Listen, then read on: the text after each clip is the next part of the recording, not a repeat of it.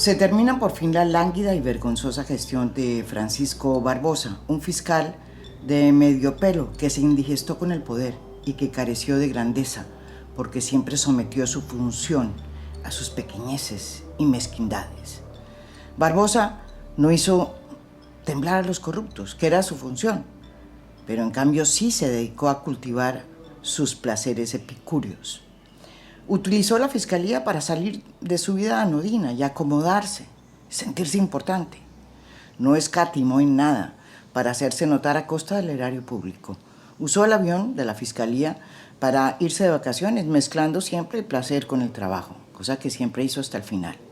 Le puso a su familia un esquema de protección que cuenta con cerca de 150 guardaespaldas e instauró la ostentosa práctica de transportar a sus perros, a sus mascotas, en carro oficial, y les asignó además guardaespaldas para que los sacaran a pasear y para que hicieran sus necesidades, como bien lo denunció en su momento una columna escrita por Joir Ackerman, columna que nunca desmintió el fiscal Barbosa.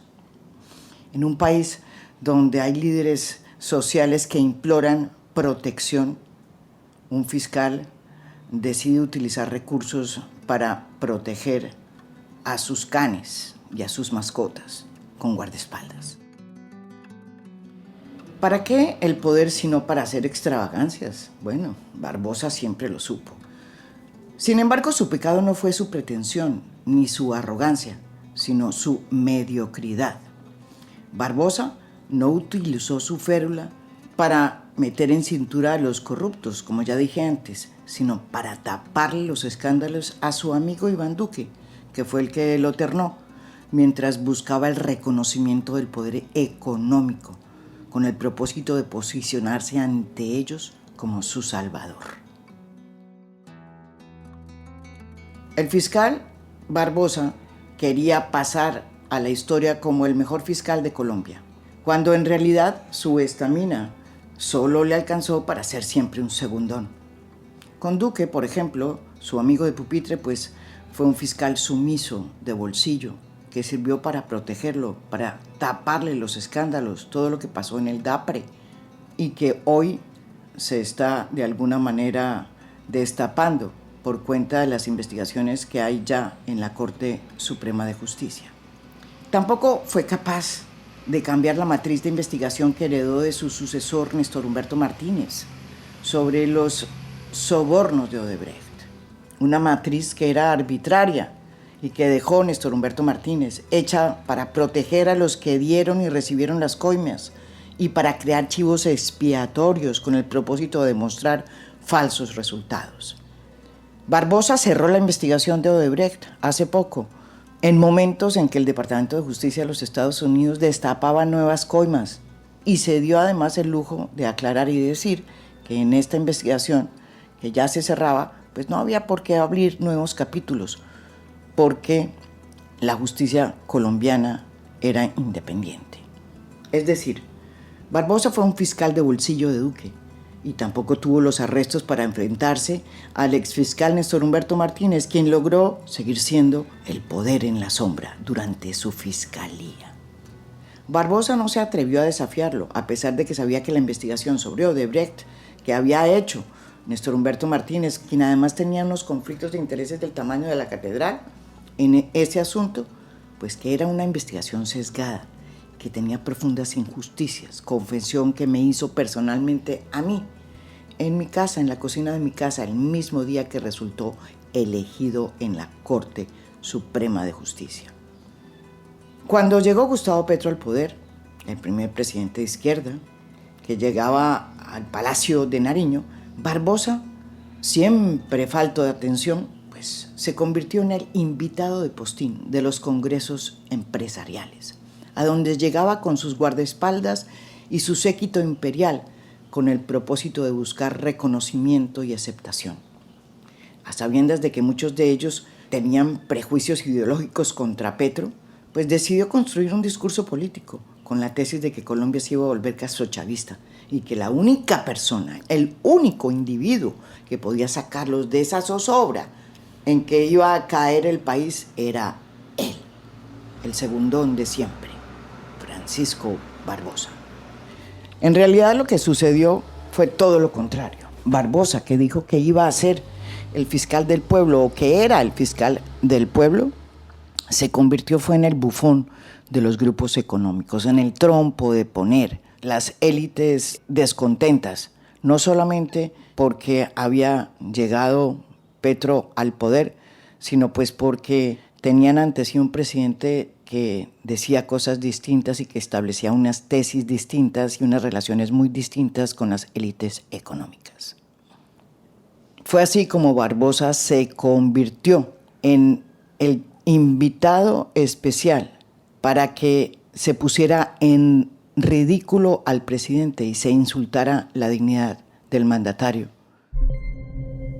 Yo diría que existe una desconfianza institucional y social sin precedentes hoy en el país. Lo hemos visto, como lo decía, en los últimos meses, con diferentes hechos.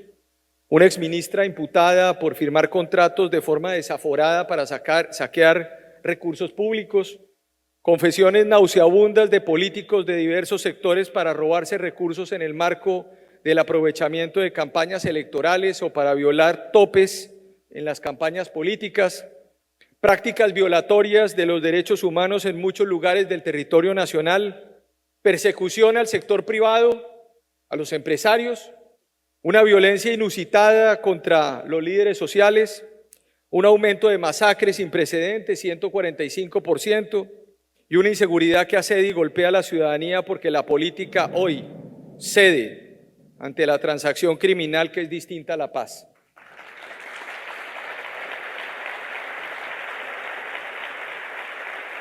Hoy los enemigos no son los actores armados solamente y la delincuencia. Nuestro país empieza a ser asediado dentro de la misma institucionalidad. Barbosa incluso en un momento dado comparó el mandato de Petro y al mismo Gustavo Petro con Pablo Escobar.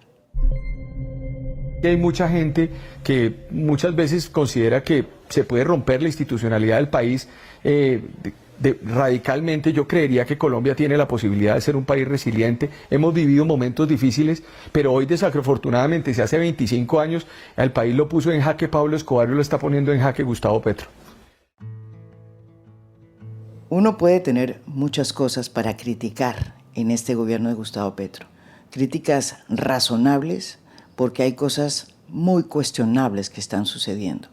Pero Barbosa se equivocó pensando que si convertía la fiscalía en el órgano de la oposición y de una oposición obsecuente, los ricos y los poderosos lo iban a sacar en hombros. Así lo que dijera fuera mentiras, sandeces e indignidades. No parece que eso vaya a resultarle así. Algo me dice que esos mismos que hoy lo vitorean y le dicen que es el salvador de este país, una vez lo vean en la calle, en Everfit, no lo van ni a voltear a mirar. Aunque Barbosa quiere ser candidato presidencial, es muy probable que en menos de un mes ya nadie se acuerde de su legado. Deja, eso sí, una fiscalía vuelta naco, convertida en un escenario político, en donde se volvió práctica la utilización de la justicia y de la investigación para atacar a los enemigos políticos. La próxima fiscal no puede ser una fiscal de bolsillo. Si es una fiscal de bolsillo, es probable que la fiscalía termine cavando su propia tumba. Ojalá el gobierno de Gustavo Petro elija a una fiscal independiente y no a la que más le vaya a hacer favores. Esto es A Fondo. Mi nombre es María Jimena Duzán.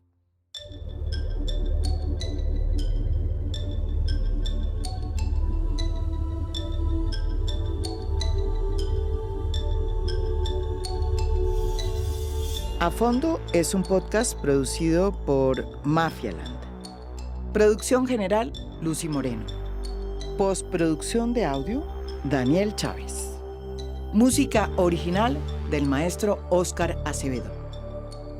Nos pueden escuchar también en mi canal de YouTube. Gracias por escuchar. Soy María Jimena Duzán.